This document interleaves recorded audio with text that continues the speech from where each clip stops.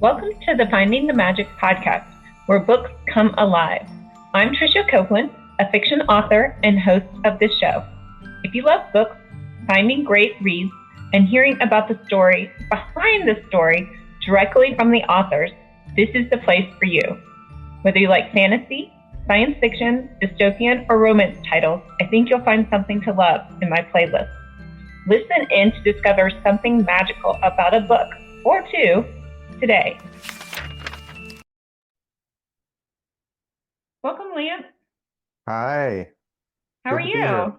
I'm doing well, thank you. Thank you for thank you for coming. Thank you Mhm. for having me. Thank you for coming. This Mhm. is Lance Robinson. He's a speculative fiction author, and your newest release is Chasing New Suns, correct? That's right. And it's a compilation of stories, right? Yes, yeah, it's brought together I guess my best short stories and yeah, put them together in this collection. Okay. So speculative fiction, for those of us out there who may not know exactly what that is, give us a brief overview. Different people use slightly different definitions or mean slightly different things, but the most common definition is the speculative fiction is an umbrella that includes science fiction, fantasy, magic realism, science fiction, Okay. and horror.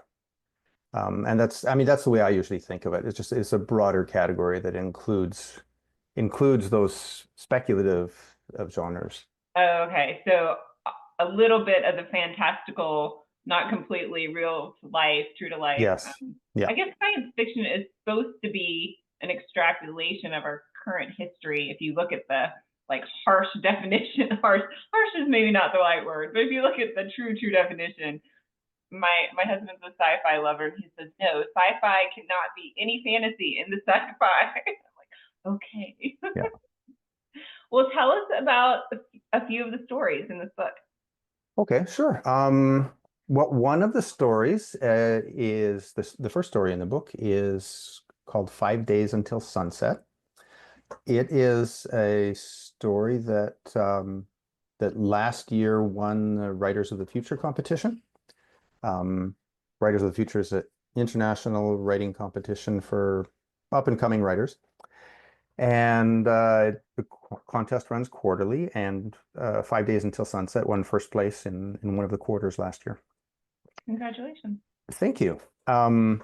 It is a far future hard science fiction story um, about well, what I tried to do in that story was one of the things that fascinates me is some of the new discoveries that astronomers are making about planets around other stars in our galaxy and the bizarre diversity of some of these planets. And I wanted to take some of that and some of the awe and wonder that that inspires in me and use it as I often do in writing science fiction, is to link it to some current social and sort of philosophical and political questions that I'm wrestling with. Like, why is it that sometimes we human beings find it so hard to do what we know we need to do? We do that individually. Sometimes I get in a point in my life where I know I need to change something, but it's just so hard to do. And we do it collectively with things like climate change, which, I mean, climate change technically wouldn't be that difficult to solve. The problems are social and political and cultural. And so, in a sense, I use my exploration of what human beings might be doing on a bizarre planet like this to wrestle with some of those kinds of questions. And it's set Okay. in a far, far future, like 14,000 years in the future. So That's would you call that a little bit? I mean, I'm getting dystopian feels from this collection. Would you say that's accurate or no? No, not really. I mean, uh, I think only one of the near future stories is particularly dystopian, Okay. and even that one really has a strong light of hope in it. In fact, most of the stories in the collection are really quite hopeful. Um, I think there are enough bleak viewpoints out there, and there's enough bleak literature and bleak entertainment that I don't particularly need to add to it. Now that being said, I'm not I'm not really attracted to reading science fiction that's just light and fluffy. Um, so it's, I try and be honest and look at real world problems, but I think I'm a hopeful person, and I think literature is something that can give people hope and help them see a way through the challenges that we all face. So we're going And to see so, our sorry, go ahead. well, I'm mentioning like a couple of the stories are very near future, very grounded, extrapolated a few decades into our future, and looking at what might happen with this social issue or that political issue, or just sort of imagining what direction might we be going over the next 20 or 30 or 40 years, and using that Okay. to explore kinds of problems that human beings face every day. Yeah, so it sounds like that's a general thread to tie all these stories together. Like you're looking at, human nature and maybe challenges that as a whole or as an individual we might face, and putting characters in positions where you can kind of show those different ideas.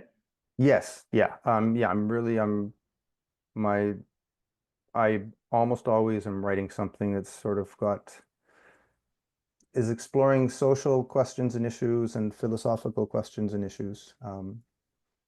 And in particular, I suppose if I mean, more specifically, if there's a common thread in Chasing You Sons, it's is interconnectedness. A few of the stories deal with human interconnectedness with nature, and I think probably all of the stories in one way or another do deal with our interconnectedness with each other as human beings.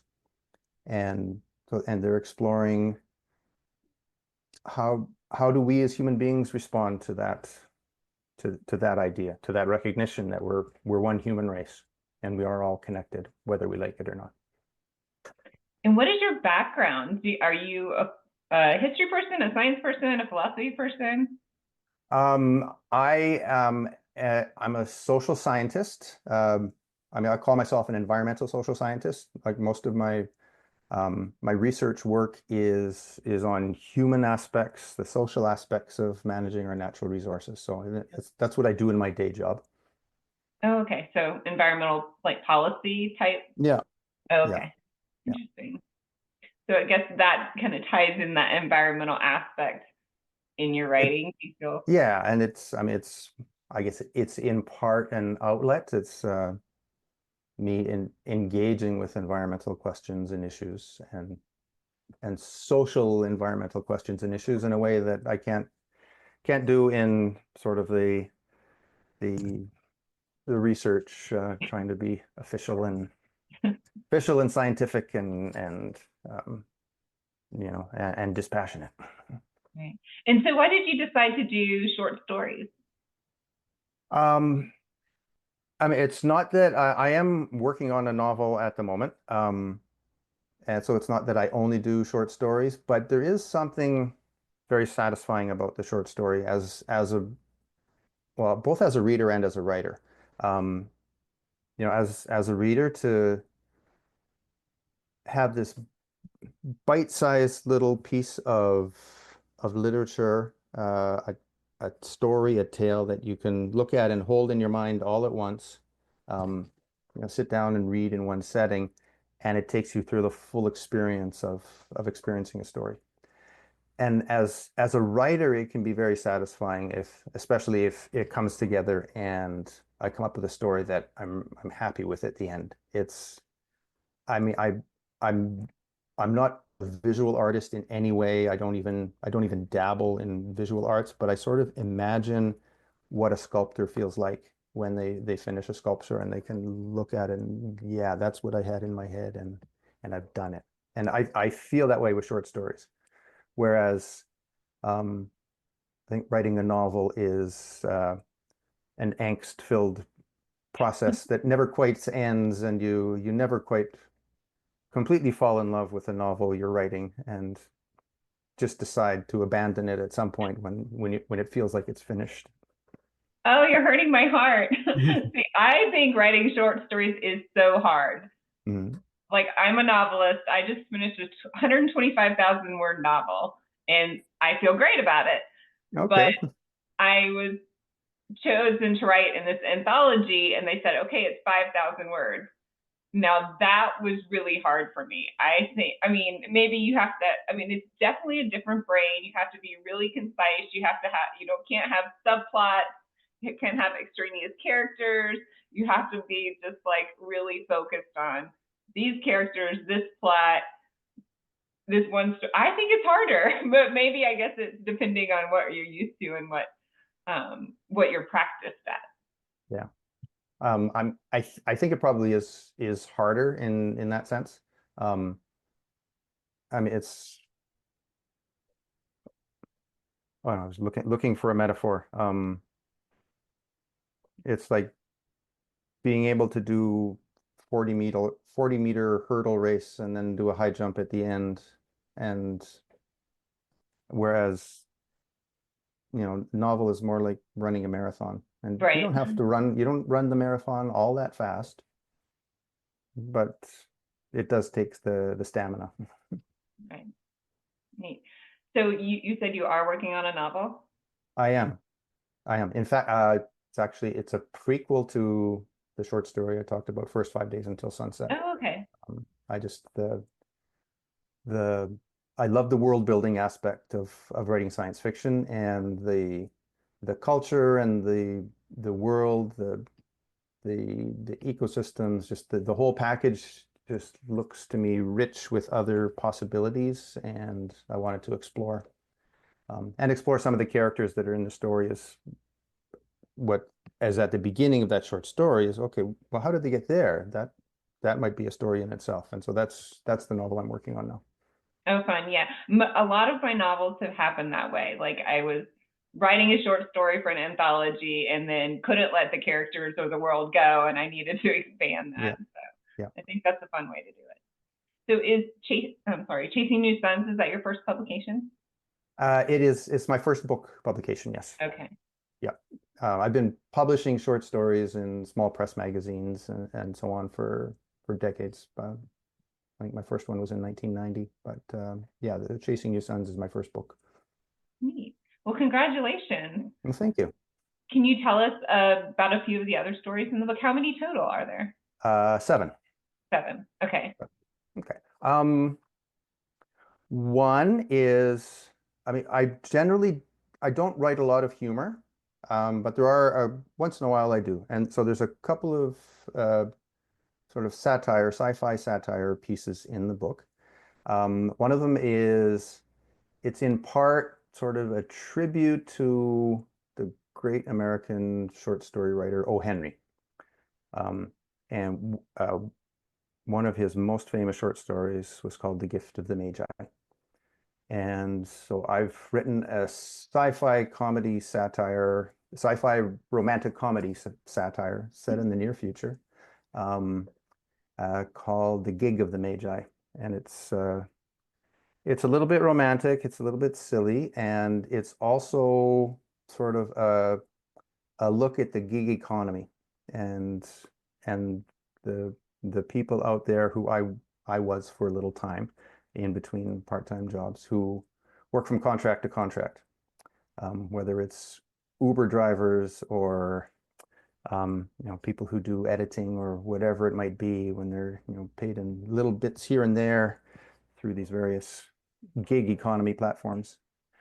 Um, so the Gig of the Magi is a short little story about a guy who's trying to make it working um, as a environmental engineer in sewage systems, and occasionally he gets hired to be the governor of one American state or another, because at that time in the near future, those are also hired on 2-week and 3-week contracts, and he has experience working with children, so he's got good qualifications to work as a political leader. And meanwhile, he's looking for love and not having time to to even go out with his friends to the bar and meet anyone. Interesting. Um, I've spent a lot of time in Africa. I just moved back to Canada 4 years ago, and I mentioned that because a couple of the stories, one of the stories is set partly in Africa and partly on a, a spaceship. Um, and one of the other stories is set in South Africa in the apartheid era. So I'll say a little bit about that one. It's called The Thursday Plan. And it's sort of a multiverse kind of story that starts in another version of our reality, in a version of our reality in which apartheid never fell. And the main character is part of a revolutionary cell trying to find a way to overthrow the apartheid regime. But in the meantime, he's starting to, through various things that happened in the novel, he's in the short story, he's finding connections with other realities, including the reality in which apartheid did collapse in 1994, which is our reality. And yeah, that seems like it would be a really neat thing to explore, and like just the hope he would have and the frustration he would have over, okay, this could really happen, but it's not yet. And yeah. And then again, it's part of that theme I'm exploring in most of the stories in the book, of people trying to see what is their role in making the world a better place. Yeah, it seems like that's sort of a, like if you're, is there one, is that sort of the overarching like idea behind this whole publication? I suppose it is. I mean, I didn't set out purposely to only pull together stories that had a common theme. Like basically, I went back through my portfolio of stories that I'd published in the past, and I tried to pick the best ones. But I think it happens. I mean, that's the kind of thing I tend to write. So it just kind of worked out that way. And are these adult stories then? Yes, I mean, I'd say they're pretty much PG-13. I'm aimed at an adult audience, but uh, there's nothing that would prevent anyone from giving it to their 12-year-old if I've got a 12-year-old in the house who's a fan of science fiction. In fact, I just had a heartwarming review posted by someone who bought my book at a convention a couple weeks ago, and this husband and wife were there with their son, who's about 9 years old, I think. And this was like a science fiction fantasy comic book convention. So the son was into the cosplay, and he had this amazing costume from the Halo series of games. And he could have been on a movie set and it would have looked perfect. It was just an amazing costume, and he won the cosplay. Anyway, they bought my book at that convention, and they just posted a review yesterday. The father and the son read it together, and they'd read a story and then they'd discuss it together. And so they just posted a review, and it was heartwarming to read. That is really neat. Yeah. That as an author, those are the best ones, right? When you can make those connections and then somebody Yes. like really connected with your book as well. Yeah. No, and I've found that I enjoy the face-to-face events, book signings and conventions and book fairs and things like that. Um, a lot of authors these days have to pay attention to algorithms and how Amazon works and social media and all that stuff, and I do that too, but that face-to-face connection at some kind of in-person event, you can't beat it. Yeah, I really love that too. That's why I started this podcast, because I started it right in 2020. I started thinking about it because I miss like seeing my author friends talking about books, talking about writing. And then I said, well, if I start a podcast, then I can get to talk to my friends and people will learn about our books. So it was a win-win. Yeah. Yeah. When you read, what do you read? Mostly science fiction. I mean, a little bit of nonfiction, in various kind of fields. Fantasy sometimes too. But yeah, mostly science fiction. Do you have some authors that are your favorite?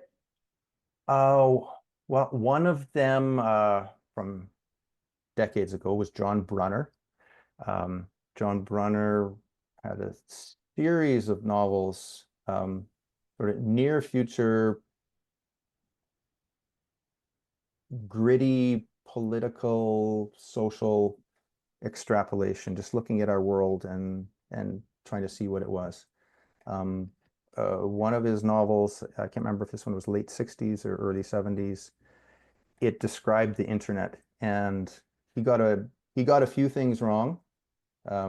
He imagined us doing the internet at phone booths, but so much else of what he described was like just bang on the money of what happened. So he's one of my favorite, John Brunner. Robert J. Sawyer, a Canadian science fiction author. He writes what some people call philosophical science fiction, not philosophical in the abstract sort of navel-gazing sense, but I mean, like me, he addresses social issues and entertaining stories, but not what you would call just sort of escapist, fluffy kind of stuff.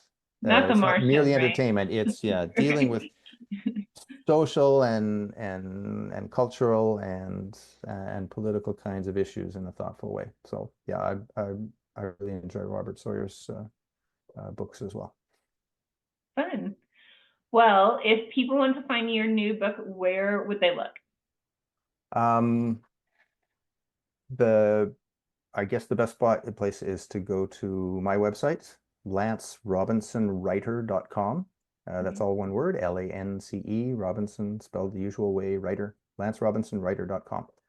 And there's a page within my website for this book specifically, and they can find it there, as well as links to my social media and my newsletter and things like that. Fun. Well, thank you so much for being on the show and talking with us, and I hope you'll come back when you have your new novel published. I'd love to. Thanks for having me. Yeah, great chat. Great to chat. Great. Thanks. Bye. Okay, bye-bye. I hope you enjoyed this episode of the Finding the Magic podcast. I'm your host, author and podcaster Tricia Copeland, and I love getting behind the scenes. If you like the podcast, make sure to subscribe and stop in each week to discover new authors and books. Thanks for listening, and until next time, keep finding the magic.